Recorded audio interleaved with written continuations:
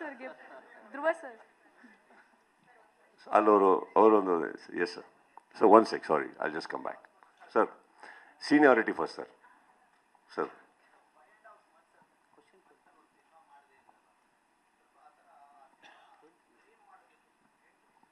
Sir ಏನಾಗಿದೆ sir, 5.5 months ಮಾಡಿರೋ sir. ಇಲ್ಲ ಸರ್, 5.5 months ಮಾಡಿದ್ರು ಸರ್. ಅದದ್ದು 3 ವರ್ಷದೊಳಗೆ ಮಾಡಿರೋ 5.5 months ಸರ್. ಅವರು ಕೆಲಸ ಮಾಡೋರೆ, ಏನಾಗ್ಬಿಟ್ಟಿದೆ, ಸೆಟ್ ಹಾಕಕ್ಕೆ ಟೈಮ್ ಆಗಿದೆ.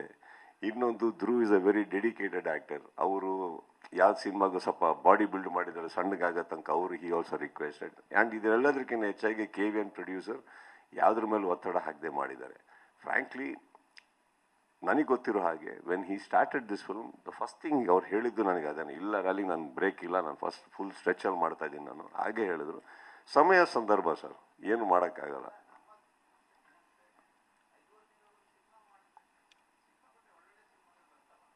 ಕೇಳಿಸ್ತಾ? ಮಾಡ್ತೀನಿ ಅಂತ ಹೇಳಿ. ಆಯ್ತು ಸರ್, ಮಾಡ್ತೀನಿ ಸರ್.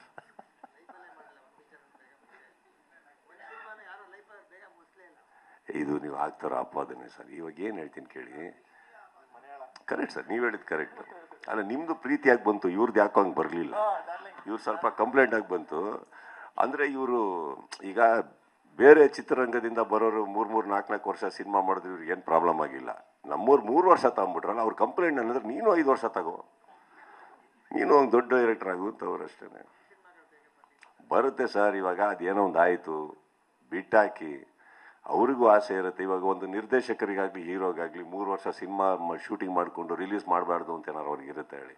ಅವ್ರಿಗೂ ಬೇರೆ ಪಿಕ್ಚರ್ಗಳೆಲ್ಲ ಸಕ್ಸಸ್ ಆಗ್ಬೇಕಾದ್ರೆ ಅವ್ರಿಗೂ ಅಷ್ಟೇ ಆತುರ ಇರುತ್ತೆ, ನಮ್ಮದೊಂದು ಸಿನಿಮಾ ಬಂದುಬಿಡಲಿ, ನಾವು ಮಾಡೋಣ ಬೇಗ ಆಗಿರಲ್ಲ. ಅಷ್ಟೇ ಮಾಡಿರ್ತಾರೆ, ಪ್ರಯತ್ನ ಪಡ್ತಾರೆ. ಅದರಲ್ಲಿ ಅವ್ರಿಗೆ ಇನ್ನೊಂದು ಬೇರೆ ಒಂದು ಮಾರ್ಟಿನ್ ಸಿನಿಮಾ ಕಂಪ್ಲೀಟ್ ಆಗಿರಲಿಲ್ಲ. ಸೊ ಅದರಿಂದ ಒತ್ತಡಗಳಿತ್ತು. He had to go there also. Is lot of things ಆಗುತ್ತೆ, ಏನು ಮಾಡೋಕ್ಕಲ್ಲ. ರೈಟ್ ನಾವು 30th ರಿಲೀಸ್ ಆಗ್ತದೆ. That's the best thing, right? The good time. So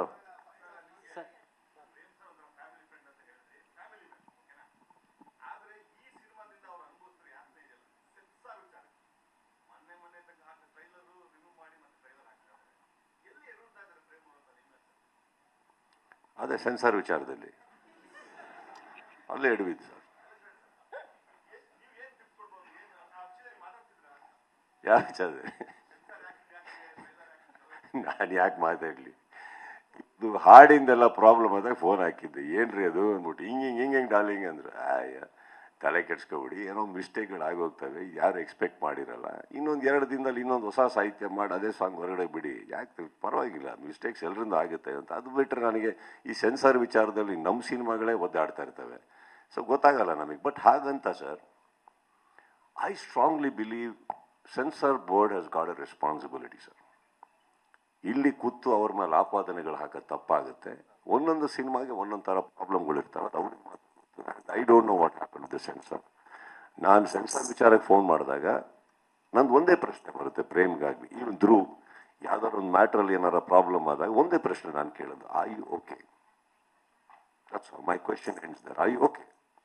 so yes darling ಅಂತ ಅವ್ನು ಕಳಿಸ್ತಾನೆ, ಎಸ್ ಸರ್ ಅಂತ ಅವ್ರು ಕಳಿಸ್ತಾರೆ, ಅಲ್ಲಿಗೆ ಮುಗೀತು. Anything I am a phone call away. ಏನಾರು ಹಂಚ್ಕೋಬೇಕಾ, ಮಾಡಬೇಕು, you can call me. I am concern sir. ನನ್ನ ಫ್ಯಾಮಿಲಿ, ನನ್ನ ಸ್ನೇಹಿತರು ಅಂದರೆ ಒಂದು ಕ್ವೆಶ್ಚನ್ ಹಾಕ್ತೀನಿ ನಾನು, I okay? That's all sir. They need to know. ಮಲಗಬೇಕು ತಾನೆ, ಹಾಂ ಮಲಗ್ತಾರೆ ನೆಕ್ಸ್ಟ್ ಟೈಮ್ ಬಿಡಿ ಸರ್ ಅವರು. Yes sir.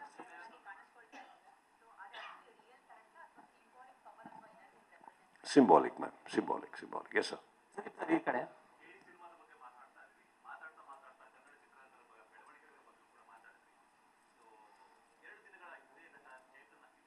ಯಾರು ಎಕರೆ ಬಗ್ಗೆ ಮಾತಾಡಿದ್ದು ಸರ್, ಅದು ಕಾಂಟ್ರವರ್ಸಿ ಆಗಿತ್ತು. ನೀವು ಅದಕ್ಕೆ ಬಗ್ಗೆ ರಿಯಾಕ್ಷನ್ ಕೊಟ್ಟಿಲ್ಲ, ರಿಯಾಕ್ಷನ್ ಕೇಳ್ತಾ ಇದ್ದಾರೆ. ಇಲ್ಲ sir, I will react where I am suppose to sir. I am a guest here. This is not even my stage and this shouldn't even be the question. Sudeep sir, ನನ್ನ last question. Sudeep sir ಈ side sir, Mark film release ಆಗೋ ಹಿಂದಿನ ದಿನ ನೀವು ಮತ್ತು ನಿಮ್ಮ team ಒಂದು ಹೋರಾಟ ಮಾಡಿ. ಈಗ KD ಫಿಲಮ್ಗೆ ಪೈರಸಿ ಆಗದಲ್ಲೇ ಇರೋದಕ್ಕೆ ನೀವೇನಾದ್ರು ಟಿಪ್ಸ್ ಕೊಡ್ತೀರಾ ಸರ್? 100%. ಪೈರಸಿ ಅನ್ನೋ ದೊಡ್ಡ ಭೂತ ಸರ್ ಸ್ಯಾಂಡಲ್ವುಡ್ಗೆ, ಹೇಳ್ತಾ ಇದ್ದೀನಿ. ಅಂದರೆ ಈ ಭೂತದ ಬಗ್ಗೆ ಮಾತಾಡಲ್ಲ. ಪೈರಸಿ ಆಗದೆ ಇರೋಂಗೆ KD ಸಿನಿಮಾನ ಥಿಯೇಟ್ರಲ್ಲೇ ರಿಲೀಸ್ ಆಗಿದೆ. ಏನಲ್ಲ ಕೂತಿದ್ದಾರೆ, ಧ್ರುವಾರ್ ಕೂತಿದ್ದಾರೆ, ಒಳ್ಳೆ ಅಭಿಮಾನಿಗಳ ಒಂದು ಬಳಗ ಇದೆ ಅವ್ರ ಹಿಂದೆ, ಒಳ್ಳೆ ಕರ್ನಾಟಕದ ಜನತೆ ಇದೆ ಅವ್ರ ಹಿಂದೆ, ನೋಡ್ಕೋತಾರೆ ಬಿಡಿ, ತಲೆ ಕೆಡಿಸ್ಕೋಬೇಡಿ. ಆ್ಯಂಡ್ ಇನ್ನೊಂದು ಸರ್, ಕಳ್ತನ ಮಾಲ್ನ ಆಸೆ ಪಡೋರು ಶಿವಾಜಿನಗರದಲ್ಲಿ ಸಿಗ್ತಾರೆ. ಹಾಗಂತ ಯಾವ ಮಾಲ್ ಕ್ಲೋಸ್ ಆಗಿಲ್ಲ. ಕಳ್ತನದ ಮಾಲ್ ಆಸೆ ಪಡೋರಿಗೆ ಕಳ್ಳರು, ಅವರಿಗೆ ಕಳ್ಳನ ಮಕ್ಕಳ ಬಗ್ಗೆ ನಾವೇನು ಮಾತಾಡೋದು? ಹಾಗಂತ ಈಗ ಥಿಯೇಟ್ರಿಗೆ ಹೋಗಿ ಲೈನಲ್ಲಿ ಕ್ಯೂ ಆಗಿ ನಿಂತ್ಕೊಂಡು ಅಷ್ಟು ಜನ ಹೋಗ್ತಾ ಇರ್ತಾರಲ್ಲ, ಅವ್ರ ಬಗ್ಗೆ ಮಾತಾಡೋಣ. ನೋಡಿ ಪೈರಸಿ ಇದ್ರು ಎಷ್ಟು ಪ್ರೀತಿಯಲ್ಲಿ ದೇವ್ರ ದರ್ಶನಕ್ಕೆ ಬರ್ತಾ ಇದ್ದಾರೆ ಅಂತ. ಥಿಯೇಟ್ರ್ ನಮ್ಮ ದೇವರು ಸರ್. ಭಕ್ತಿ ಇರೋರಿಗೆ, ಬೆಲೆ ಇರೋರಿಗೆ ದೇವಸ್ಥಾನಕ್ಕೆ ಬರ್ತಾರೆ ಹೊರತು ಬೇರೆ ಅಲ್ಲ. Correct? Don't worry about it.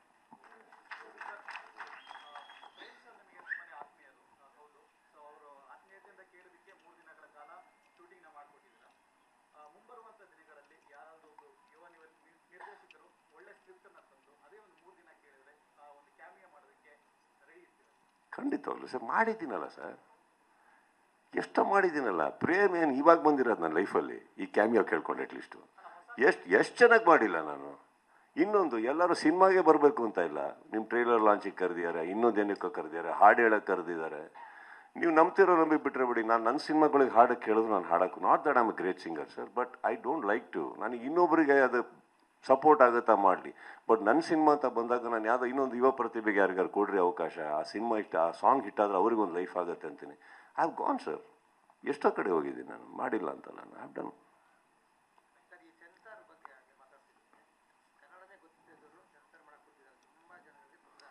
ನೀವು ಇವೆಲ್ಲ ಸುಮ್ಮನೆ ಅನಾವಶ್ಯಕ. ಇಲ್ಲ ಸರ್, ಇಲ್ಲ ಸರ್, ಇಲ್ಲ ಸರ್, ಇಲ್ಲ ಸರ್, ಇಲ್ಲ ಸರ್. ಕನ್ನಡ ಗೊತ್ತಿಲ್ಲದಿರೋರು ಅಲ್ಲಿ ಪ್ರಧಾನಮಂತ್ರಿನೂ ಕೂತಿದ್ದಾರೆ. ಕನ್ನಡ ಗೊತ್ತಿಲ್ಲದಿರೋ ಪ್ರಧಾನಮಂತ್ರಿ ಅದು ಏನು ಮಾಡೋಕ್ಕಾಗಲ್ಲ ಸರ್. ಇವಾಗ ಹೇಳ್ತೀನಿ ಕೇಳಿ, ಅದು bureau, you are talking about bureaucrats here. Let's not talk about it. It's very thing, it's not. ಎಷ್ಟು ಕರ್ನಾಟಕದಲ್ಲಿ 80 ಸಿನಿಮಾ ರಿಲೀಸ್ ಆಗುತ್ತೆ ಅಂದ್ರೆ 80 ಸಿನಿಮಾದಲ್ಲಿ 75 ಸಿನಿಮಾಗಳು ಏನು ಪ್ರಾಬ್ಲಮ್ ಇಲ್ಲದೇ ಸೆನ್ಸಾರ್ ಮಾಡಿಕೊಟ್ಟಿದ್ದಾರೆ ಅವರು.